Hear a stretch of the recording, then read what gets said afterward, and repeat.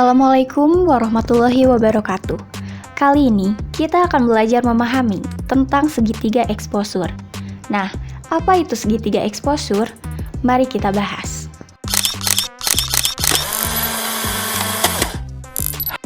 Segitiga exposure ini terdiri dari 3 elemen penting, yaitu aperture, shutter, dan ISO. Di mana ketiga elemen ini fungsinya mengatur masuknya cahaya ke sensor kamera kalian untuk melakukan perekaman sebuah gambar. Ketiga elemen ini fungsinya berbeda-beda, tapi ketiga elemen ini benar-benar membentuk segitiga yang mana saling keterkaitan. Apabila kalian atur shutternya, pasti akan berpengaruh terhadap aperture dan ISO. Yang pertama kita akan bahas yaitu aperture. Oke, apa itu aperture? Aperture adalah bukaan diafragma pada lensa kalian yang mana diberi satuan kode adalah f. Jadi, apabila kalian beli lensa itu, pasti nanti ada kodenya, misalnya f1,8 atau f3,5 dan sebagainya. Itu adalah untuk menandakan besar bukaan dari lensa itu. Jadi, saya kasih contoh. Apabila f-nya semakin kecil angkanya, justru itu menandakan bukaan semakin besar. Jadi, jangan terbalik membacanya. Apabila f-nya semakin besar, justru bukaan diafragmanya semakin kecil. Intensitas cahaya yang masuk ke dalam lensa itu semakin kecil. Dan apa efek yang terjadi adalah apabila diafragmanya kalian buka besar atau f-nya 1,4, maka cahaya yang masuk semakin besar ke dalam lensa yang diantar ke sensor. Sehingga terjadilah nanti yang namanya depth of field. Semakin tipis atau bokeh di mana objek dengan background itu menjadi terpisah. Objeknya detail dan backgroundnya bokeh. Apabila bukannya semakin tipis, maka semakin detail semua objek yang ada di frame. Jadi, antara objek dan background terlihat detail. Biasanya, f-nya 1,11 masih bingung. Oke, saya akan contohkan. Yang pertama, saya akan buat bukaan yang besar, yang berarti f-nya 1,4. Akibatnya, kalian bisa lihat overexposure dan ISO-nya sudah 100 atau sudah yang paling terendah yang tidak mungkin lagi diatur.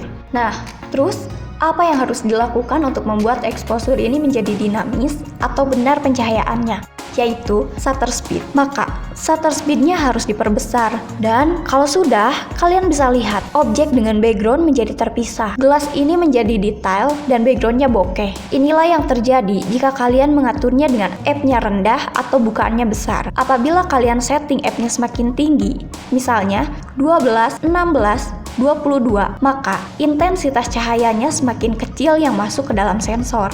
Efek yang terjadi adalah gelap.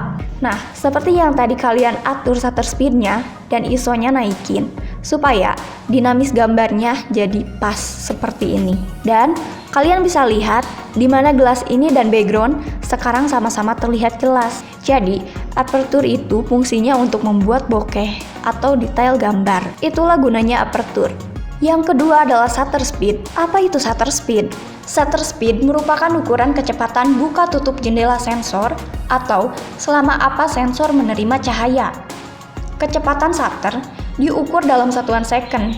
Semakin cepat shutter speed, semakin cepat pula sensor menerima cahaya. Dan sebaliknya. Contoh, shutter speed 1/25 second lebih lambat 5 kali dibanding 1/125 second. Cara menjabarkannya seperti ini nih. Kalau kalian buka kamera full frame kalian atau DSLR kalian, nah, lihat, sensornya pasti terhalang oleh cermin dan juga jendela atau shutter namanya. Pada DSLR, kecepatan shutter dilakukan secara mekanis dengan membuka tutup cermin dan jendela shutter yang terdapat di depan sensor. Apa pengaruh cepat lambatnya shutter speed terhadap gambar yang dihasilkan? Kecepatan shutter akan berpengaruh pada gambar yang dihasilkan. Gambar ini merupakan shutter speed yang lambat, long exposure, sekitar 6 detik, sehingga membuat gerakan air menjadi lembut. Sementara, foto berikut menggunakan shutter speed yang sangat cepat, sehingga membuat air dan buah membeku. Jadi, semakin lama shutter speed, semakin terang foto yang diperoleh, karena intensitas cahaya yang masuk ke sensor semakin banyak. Yang ketiga adalah ISO. Ini adalah tingkat sensitifnya sensor terhadap cahaya. Jadi, semakin tinggi ISO, maka semakin sensitif si sensor. Yang berarti gini, semakin tinggi, justru semakin berkurang kualitas ketajaman gambarnya. Semakin timbul noise. Gimana cara menjabarkannya? Seperti ini. Semakin kecil ISO, maka detailnya akan semakin lebih baik. Gambar akan semakin lebih tajam. Kalau ISO-nya semakin besar, maka ketajaman gambar mulai berkurang, di mana akan timbul banyak noise. Sekian penjelasan singkat tentang segitiga exposure dari kami. Semoga bermanfaat. See you next time videos. Wassalamualaikum warahmatullahi wabarakatuh.